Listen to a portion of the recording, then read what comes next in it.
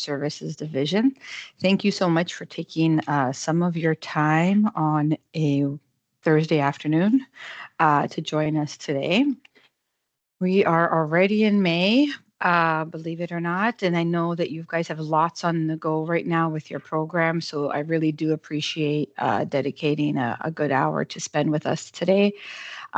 We also just want to extend our thanks for your submission of your 2025 reconciliation and audited financial reports. This data is really important to help us with calculations related to CWELC and just also to satisfy ministry reporting, satisfy accountability requirements. There's so many uses for that data so we really do appreciate you submitting it to us in a timely manner. So thank you so much. So keeping your busy schedules in mind, today's talk or teleconference is going to touch on two topics that are highlighted on the screen for you right now. The first one, we're going to talk a little bit about the rolling top-up, which is a component of the CWELC funding formula. And then we're also going to talk about PIRS, right, and some updates in the area of the PIRS program. So let's get started. We'll just deal with a couple of kind of housekeeping type items. As you know, this session is being recorded. The recording as well as the actual presentation will be shared with you. We're going to keep the microphone on mute. But if you need to come off mute in order to ask any questions, you just click that raise hand icon and then we can unmute you. There's also a Q&A feature, which I'll get into in a little bit more detail on the next slide. And if for whatever reason you don't feel comfortable or you didn't get a chance, you think of a question after the fact and you want to ask it, you've got lots of options. The first one obviously is always your early year specialist, your EYS. They are there to support you in any questions you have. You can also email our kind of general mailbox, which is the earlier system division at peelregion.ca.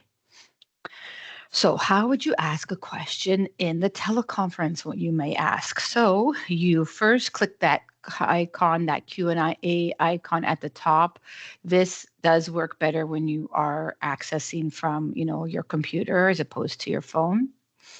Then you click on the ask questions here, and then you just type in, your question.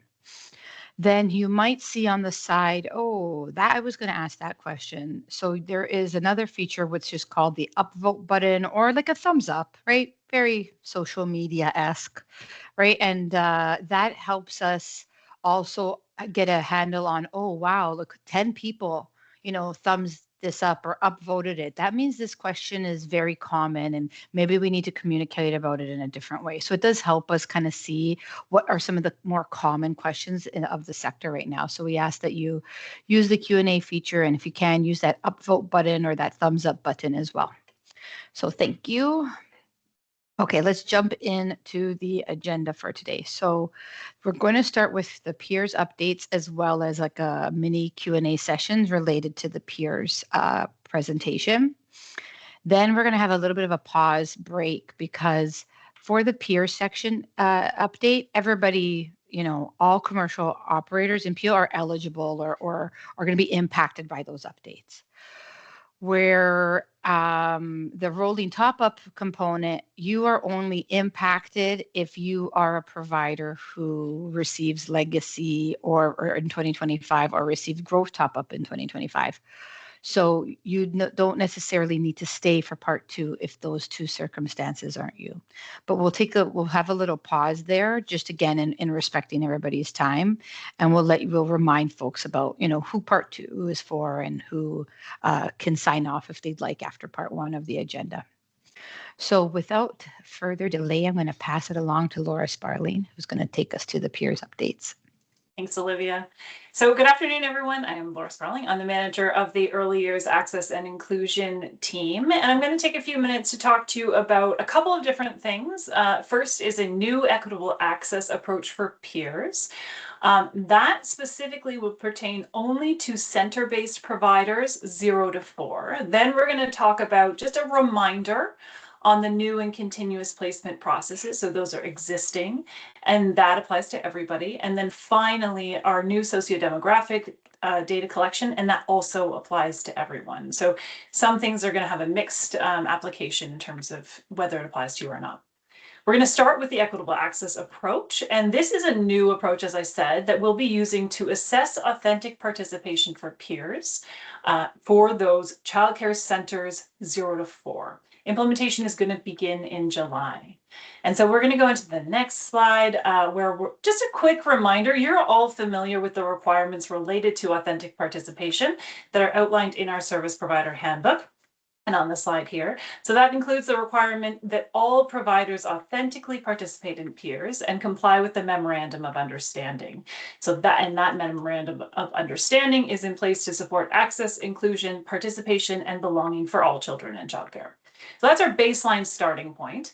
The equitable access approach that I'm going to walk you through, that came about because we've noticed that there are a number of programs who have 0 PIRS referrals each year. This is where for a full 12 months, the program has no new children that went through the referral process to be added to an RC's caseload. We don't have a clear understanding of why some programs have no referrals, and that's making us ask ourselves whether we might have some system gaps related to equitable access for kids who need additional support. The other thing that I want to mention here is that over the last 2 years, we've had stagnant PIRS referrals. The numbers have not increased despite the system expansion. So what that means is we're currently serving a lower percentage of children who need additional support than we have historically. So the number has dropped from 5% in 2023 to 3.7% in 2025. So it's just something to note that right now access is a bit of a question because we are seeing lower numbers of children supported. So next we'll get into the process related for equitable access. So first, just starting over on your top left there, January to June, my team is currently working to identify the programs that have no referrals by analyzing our 2024 and 2025 intake data. Once we have those identified, we're also going to look at additional data for those programs like children on caseload, general classroom consultations, EPS, etc. And that's going to help us with the full picture of supports in those programs. The conversation step, which is step 2, July and August, we'll be contacting programs who have not had PIRS referrals in the last 2 years. I'm going to get into the details about kind of the tiers for that on the next slide, but as that first step, programs are going to receive an email from us, which will include their referral data and potential dates for a conversation. Then the conversation is an opportunity for us to talk about what the data are telling us. So the program's perspective, we want to hear about that, learn about any barriers the program may be experiencing related to providing access and supports for families. We'll also use this as an opportunity to review the expectations of participation in PIRS as outlined in the MOU. Then the third step in the process is action planning. Action plans will be developed by the PIRS specialist on my team. Programs will receive a follow-up call and email that outlines the actions they are expected to take to support increased access to their program. So this could look like things like having the RC deliver the PIRS overview presentation, that 101 deck that they have, to your teams, or maybe reviewing the new placement process, etc. And then the final step, September to December, is where the program would be responsible for implementing the action plan. And at that point, my team would be focused on monitoring of that plan. So into the details around program identification. Under Tier 1, that's our highest priority tier. So this tier is the programs that have 24 consecutive months of 0 referrals, and they also have no active caseload. So the 24 months being 2024 and 2025. Once we've completed the investigations and action planning with Tier 1 programs, then we're going to move to Tier 2.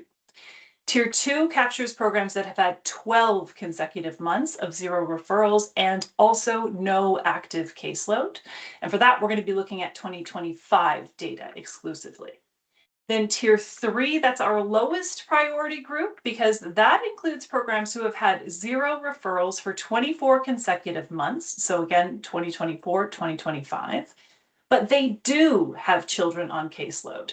These programs are actively participating in PIRS. However, even with kids on caseload, 24 months without any new referrals does warrant a conversation related to access.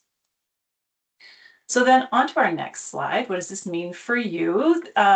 First, this only means something for you if you have a center that falls into one of the tiers that I just described. These reviews will apply to a small portion of centers in Peel. It's really important for us to acknowledge that the large majority of centers do have kids on caseload and active referrals.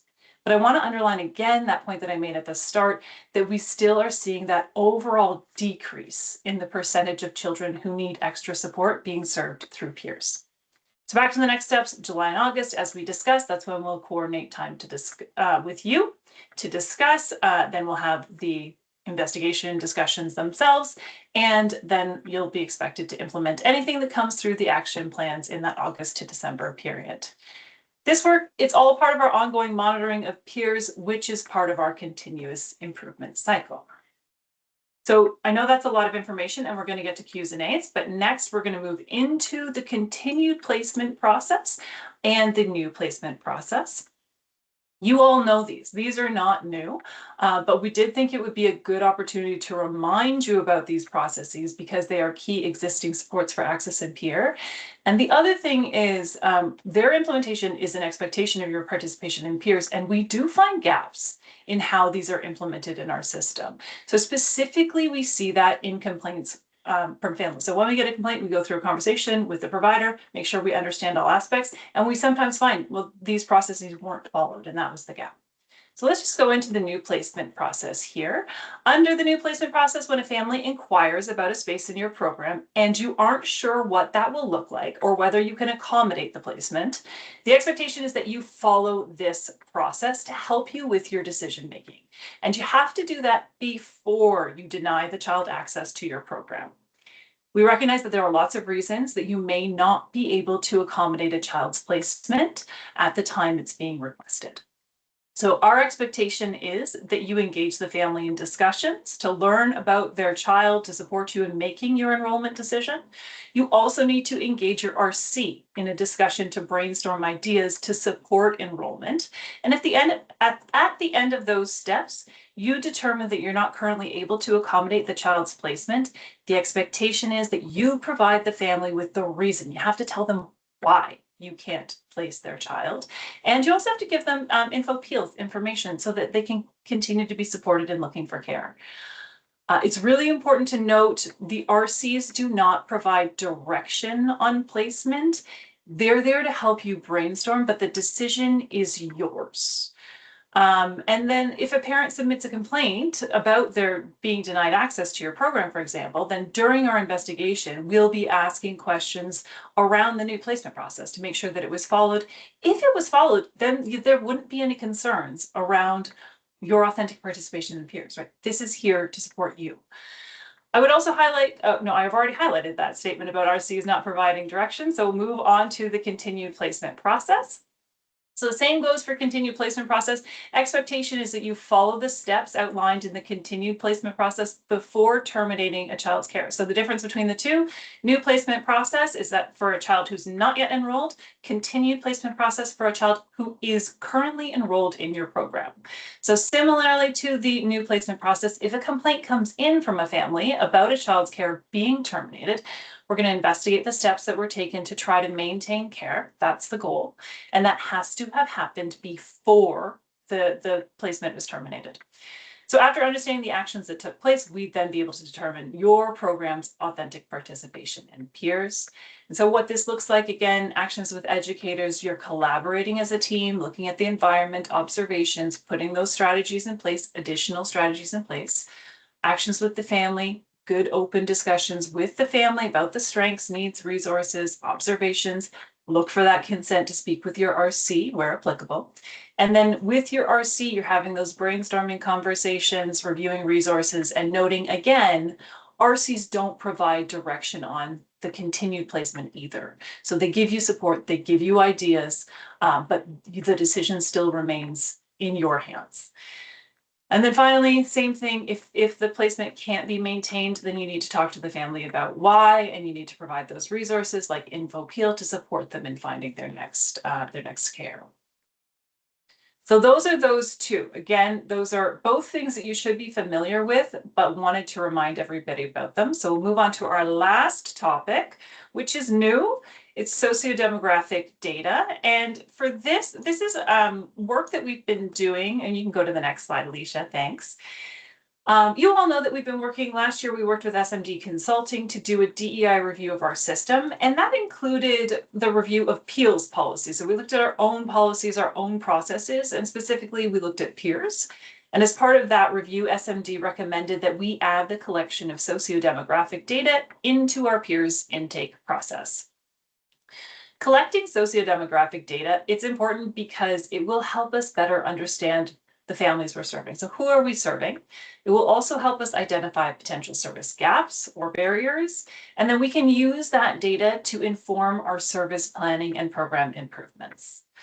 What does this look like? We're going to be collecting, they'll be after a family finishes their intake form. So they go through, they do the intake form, they click submit, then a sociodemographic survey will pop up. It's not too many questions. It would take them about 5 minutes. It's totally optional. It is confidential. And there's only one chance for them to complete it. So if they don't complete it after they go through that referral process, that's it. We don't have another opportunity. The collection is planned to begin in July. We're going to send providers an email to let you know the exact timeline for this, for when it's going to go live. And we'll give you a few QAs, questions and answers on this, which you can also find in the presentation at the appendix for today's presentation to support you with any questions that you might get from families. We would ask that you use the supporting messaging to encourage families to complete the survey and redirect their questions to the region as necessary. So you just got some questions about like, what is it that we're doing? Why is this important? But then if it gets beyond that, of course, you just send them our way. But we do want to encourage folks to complete it because it will help us with our service planning. So I know that was a lot. That was a lot and it was fast. So we're on to questions. If you have any questions, happy to take those down. It looked like maybe there are questions in the QA. I don't know if they're related to me, but how will this work? Oh, if the phone. Great question, Kim. So always waitlists are waitlists, right? So you're not expected to, we're not asking for any prioritization or anything along that. Sometimes it's just that you legitimately don't have space, and it doesn't matter if that child has, additional support needs or doesn't have additional support needs. No space is no space. So that's an important thing for you to communicate to providers. And then even in the case of, let's say, a centralized waitlist, you're still going through that new placement process, because even today, even if we take away whether it's a centralized waitlist or a standard waitlist, when you get to a child, you have to do that assessing, your program, the program's needs, the child's needs, how does it all work? That's when you need to have the conversation, that new placement process kind of conversation with your RSD to brainstorm ideas if needed. And then talk to the family about, what will work for the child, what works for your program, etc. So that's the same process as always. But really, when we get, so the new placement, continued placement, same as it always is. And then when we're looking at that equitable access, it's if we're getting those 12 months or 24 months where we're not seeing anyone come through, that's when we're going to have additional conversations.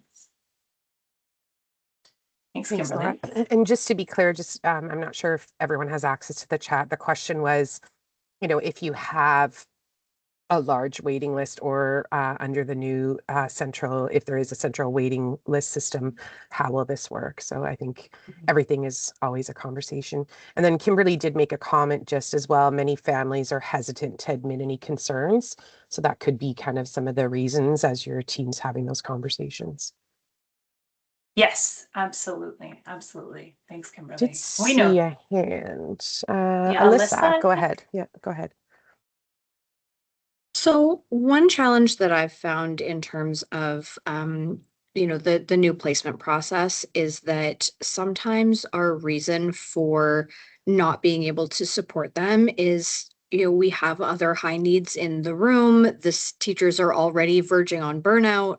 But when we try to explain that to a family, they don't understand that. They just see that, you know, your teachers, you should be able to support, you're discriminating against my child. Do you have any strategies to, or maybe like phrasing suggestions that you could provide that could support us in that conversation? Because that's always a very tricky piece to navigate. Absolutely. So your best stop for that is going to be your RC, because your RC will be able to talk about like your class, that classrooms need to go through that brainstorming. Again, they're not providing like the advice, the final decision or anything like that, but they're going to be the ones in a specific scenario who can kind of help you, again, without like violating child's consent, etc., but can help you with some of those key messages. We can also certainly look at what kind of standard key messages, but really in those, when you're talking about a specific family, it's best to and a specific moment in time and classroom dynamics and all of that, it's really your best resource is going to be your RC. Okay, thank you. Thanks, Alyssa. Thanks, Lisa. Just check and see. Jackie, There's another hello. comment. Go ahead, Jackie. Just happened. Hi, Laura. How Hi, are you? Jackie. I'm doing well. How are you? I'm good. I think one of the I'm putting two and two together here a little bit, but I'm wondering whether the lower numbers might in fact be that we are seeing quite a few children with very involved needs that actually need one-on-one care. And so we know that that isn't the model that PIRS is using currently. So I'm wondering whether the numbers that are going down there, the lower numbers, are actually part and parcel to this thought that's going on. That, you know, it's not going to help them if they do the referral, because it's the child actually needs for safety issues a one-on-one. It could be. It's hard to say. We know that the other thing that there's a struggle with is stigma specifically. Sometimes it's difficult for families to be ready to participate. And so that's one of the recommendations. Another recommendation that actually came through SMD is to kind of, for Peel, to look at how we can help reduce some of the stigma around it. So I imagine there are a variety of reasons. What we just want to make sure is that with those equitable access reviews, that we're not having barriers on the way through the door. Thanks, Jackie.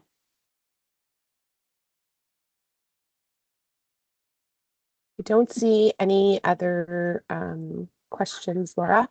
But the email is there, or you can always reach out to your EYS and then they'll ensure that they get it to Laura and her team. Thank you. Thanks, Laura. All right, so we're on to our second piece, and I think I'm going to pass this over to Olivia. It is time for part Yeah, two, everyone. There you go.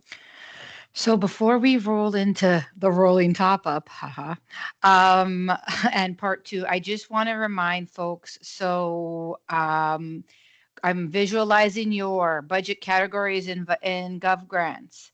If you do not have a number in the category called Legacy Top Up or in the category called Growth Top Up, then you do not need to stay for this part of the teleconference. You can, you're welcome to, but this particular component will not have any implications on your allocations for CWALC.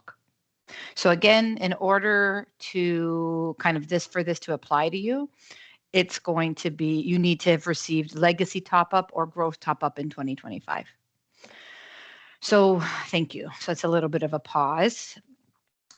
So we're going to talk about, okay, what is the rolling top up in terms of like it being, I would say, the final component of the CWALC funding formula. We're going to talk about how we're going to calculate it. And then we're going to talk about, why it's important and what it kind of will mean for you as a provider today. because we do want it. And then in June, we'll talk about how we're going to implement it and a little bit more into some of the process pieces. But today, we're really going to be focusing on what is it, right? So to just kind of take things one tiny step at a time. So, okay, so let's start with what is our goals or objectives with implementing the rolling top-up. So as always, our goal is to support your ongoing operating costs. And this essentially is what the rolling top-up is meant to do. I'll get a little bit more into details about that later. We are looking where possible to provide accurate funding early in the year so that you can plan and budget. So you've got a good sense. We've updated the benchmarks for CWELC in April. Your growth and legacy amounts have been frozen at your 2025 level, right? So right now you've received one update. And then we are going to be trying to avoid multiple funding adjustments throughout the year, while also kind of following provincial rules, which requires us to implement this last component of the funding framework this year. But our aim is to really try to minimize the number of changes for providers while we're doing this or conducting the implementation of this rolling top-up amount. So I am a visual learner. So let's talk about, and we're talking about budget categories. So let's talk about where we are and where we're going. So on the left side, the current funding benchmarks, so that's all the benchmark funding, their program, your accommodations, your operating. That is something that, like I said, we updated in April. You're going to see current and futures the same. We're not going, that update already occurred. Then right now, currently, again, we have your rollover of your 2025 top-up legacy or growth. That is what we are going to be changing. That's the orange to become your rolling top-up allocation. Right? If you are a provider who opened up in 2026, new spaces, new sites, you will continue to get the growth top up for 2026. That part is not eligible for this adjustment. It's only 2025 that's eligible. And then lastly, the amount in lieu of profit or surplus. As you know, that amount is a calculated percentage. So when things change on the other benchmarks, right, things will change for your amount in lieu of profit or surplus. So if rolling top up, so when we updated the provincial benchmark funding, amount in lieu of profits or surplus went up as well. For the rolling top up, if that dollar amount is going to go higher, so is your amount in lieu of profit or surplus.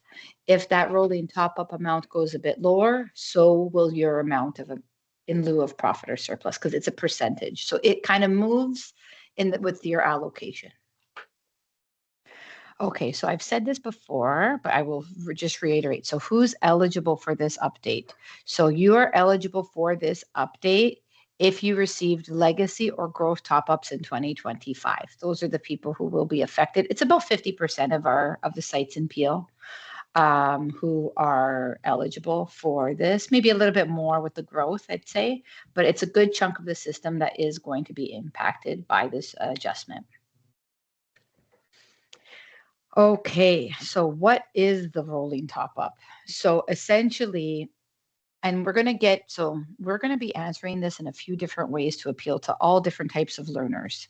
The people who like words, the people who like visuals, and the people who like math. So if you don't get it at this stage, don't worry. We're going to go at it in a couple of different ways. And hopefully by the end, when we get to the Q&A, if we need to circle back, we definitely will.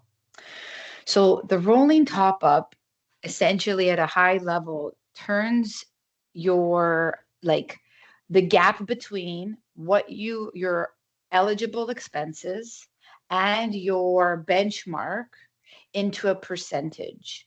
And then it takes that percentage, and that percentage is what's known as your rolling top-up ratio. That ratio is important.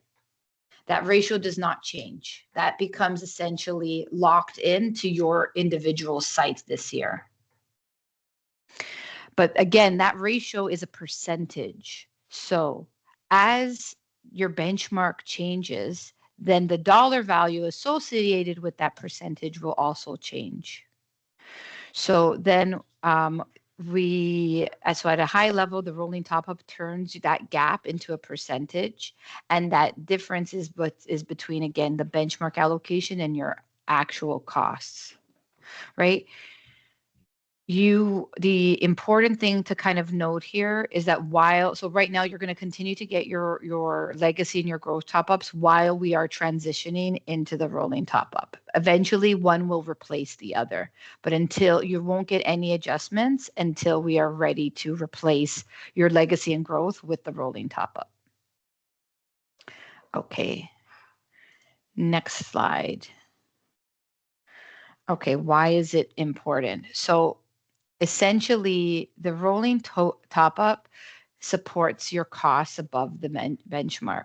Like, to me, I think one of the key things is that right now, your legacy has been locked at 2025 levels. So you did not receive any inflation on your legacy costs that were calculated in 2025. The rolling top-up, depending on your scenario, will add that inflationary cost to your legacy or growth amounts. Right now, you just received the inflationary cost to your benchmark amounts in April. So really, that's where it's funding your actual eligible costs. It's keeping those costs up to date with inflation. So year over year, as your benchmark will increase, your rolling top-up will increase with it as well.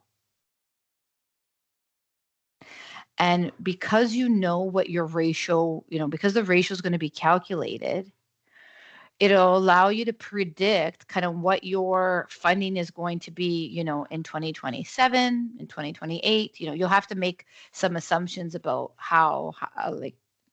what percentage increase the province is going to increase their benchmarks by. But you could make some conservative assumptions, and then you can have a pretty good idea about, okay, this is what I'll probably get in 2027, and then in 2028, etc. So it provides a bit of predictability, which I think is great, and then it helps, and it grows with the benchmarks, which is also great because it'll account for some inflationary costs. Right. Okay. So let's get into the math, the visual math. So in terms of how we calculate it, step one is and this is why we kind of talked about, I thanked everybody for their submission of their audited financial statements and reconciliation, because step one starts with your audited financial statements and your reconciliation. So first we are going to confirm your 2025 eligible program costs. That's step one. Step two then is that we then compare that to your 2025 benchmark funding. If your costs are higher, then that amount will be converted into a percentage, right? And that percentage will become your rolling top-up ratio. And again, that ratio is the ratio that your program will pass on year over year. So that ratio is important. Then we apply that ratio to the 2026 benchmarks, which are now higher. And then that becomes your rolling top-up allocation. So that's where the percentage becomes a dollar value, is between step 3 and step 4.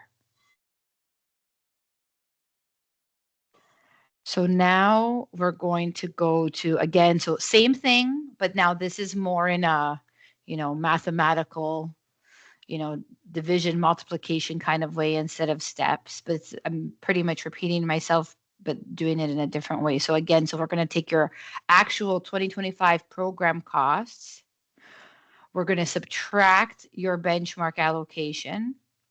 And then that number gets divided by your 2025 benchmark allocation. So if that number is higher, the higher that number, the higher the ratio, essentially. And we're going to get into a couple of examples so you can actually see some mathematical examples, which I personally found very helpful. So stay tuned for those. Then you'll get a rolling top-up ratio. That's, again, your percentage. Then that percentage is multiplied by your benchmark allocation. And And then that'll give you your dollar value. So at the end, you walk away with a dollar value or an allocation under rolling top up. So with that, now I'm going to pass it along to Debbie, who's going to be walking you through some of the concrete examples. Thank you, Olivia. Hello, everyone. My name is Debbie Birichu. I am an advisor with the Childcare Policy and Funding Development team. And so, as Olivia mentioned, let's shift gears to talk a little bit about what the rolling top-up means for your funding. So the slide that you're seeing right now, it actually explains how your actual eligible 2025 spending will affect your rolling top-up amount. And so the key thing here to know is that the final results of your 2025 CWELC reconciliation will inform your 2026 rolling top-up ratio and the allocation, because your final reconciled expenditures, that is what's being used to calculate the rolling top-up, as Olivia just mentioned. So what does this mean for you? So if you have underspending in 2025, meaning that you did not fully use your full allocation, your program cost allocation, you will see a reduced rolling top-up amount in comparison to last year. If, on the other hand, you fully spent your 2025 allocation, you may have a similar or slightly higher rolling top-up in 2026. And if you have overspending in 2025, so you've spent more than your CWELC allocation, the outcome will be the same as if you spent the exact amount of your funding. So overspending does not give you extra rolling top-up funding. So let's go into the example, and I can walk you through some examples.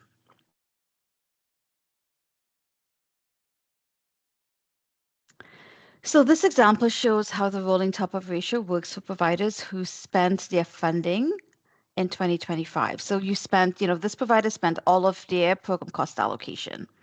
And so you'll see on the slide the same 4 steps that Olivia just described. So in step 1, we needed to calculate the actual eligible expenses for 2025 for this provider. So in this example, their actual expenses, so it's that very last line in the table, it was $895,000. The next step is to find the gap between what they actually spent and their benchmark allocation. And in this example, it was $95,000. So then we use that $95,000 compared to the benchmark allocation of $800,000 to come up with that percentage. In this case, the percentage was 11.88%. So for this provider in 2026, so they are going to receive 11.88% of their benchmark funding as a top-up funding. So once you multiply those two, it actually gives you the rolling top-up amount for 2026. In this case, it's $97,036. So you see it's higher than the 2025 top-up amount, and that speaks to sort of that inflationary funding that Olivia mentioned. So the key takeaway here is any provider who fully spent their 2025 allocation on eligible expenses will see an increase in their top-up amount for 2026, providing your operations have stayed the same. So let's move on to an example where the provider did not fully spend their 2025 allocation. So in this second scenario, the provider did not fully spend their 2025 allocation, but to support sort of your understanding, we've kept the 2025 allocations the same so we could compare the results for 2026. So this provider reported they spent $890,000 out of their allocation. Their allocation was $895,000, so they didn't spend they had an underspending of $5,000. And so if we apply the same steps as the previous example, you'll find that the gap here between the actual eligible expenses and the benchmark amount is $90,000. So the benchmark was $800,000. They spent $890,000, so the difference is $90,000. And so when you compare now the $90,000 to the benchmark amount of $800,000, it gives us a percentage of 11.25%. So you'll see that it's slightly lower than example 1, and this is because in this case, the provider had some underspending.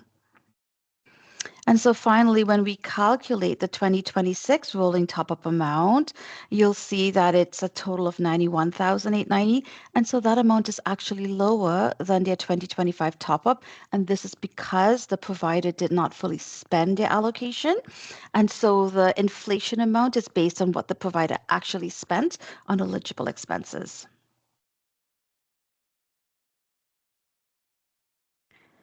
So we do have a third example to show what would happen if providers reported an overspending in 2025. And so what's important to know with this slide is that for the purposes of the rolling top-up, the actual eligible expense is capped at your total program cost funding allocation. And so when we look at actual eligible expenses, it's the lower amount between what we allocated to you and what you actually reported as spent on eligible expenses. So in this case, the formula will not use that 900,000 that you saw there. They're reporting they actually spent 900,000, but because the allocation was 895,000, we must use the 895,000 in the calculation of the rolling top-up amount. And because of that, all of the steps here that you see is the same as example 1, where the provider reported their allocation is fully spent without going over. And again, the 2026 rolling top-up amount is that $97,036. So that amount you're seeing in green, which is the same again as example 1. So we do have a few important reminders that we would want to share with you. And it's really just around making sure your funding is correctly calculated. And so if you haven't already, we ask that you please submit your 2025 audited financial statements and FAIR in order to support these calculations. We do need you to report actual eligible costs accurately at the site level with proration of expenses as eligible or applicable. And we do need you to set aside any unspent 2025 funding for any recoveries that you may have. And finally, we ask that you respond to follow-up questions about your submission during the reconciliation process in a timely manner. All of these things would give us the data and the information that we need to accurately calculate your 2026 rolling top-up amount. In terms of next steps, as Olivia mentioned, we will be holding a teleconference in June, and the intent of this teleconference really is to share our approach on the implementation of the rolling top-up. So today we talked to you about what it is and how it will be calculated, and then we'll come back to you in June to tell you, what it is that we're actually doing, the approach for it, and as well as the timing for when you'll see sort of the adjustments in GovGrants. In the meantime, if you have any questions, please feel free to reach out to your EYS or email us, and we'd be happy to support you. So thank you again so much for your attention so far. I'll now hand it over to Sonia, and she'll be facilitating the Q&A portion of today's teleconference. So over to you, Sonia. Thank you.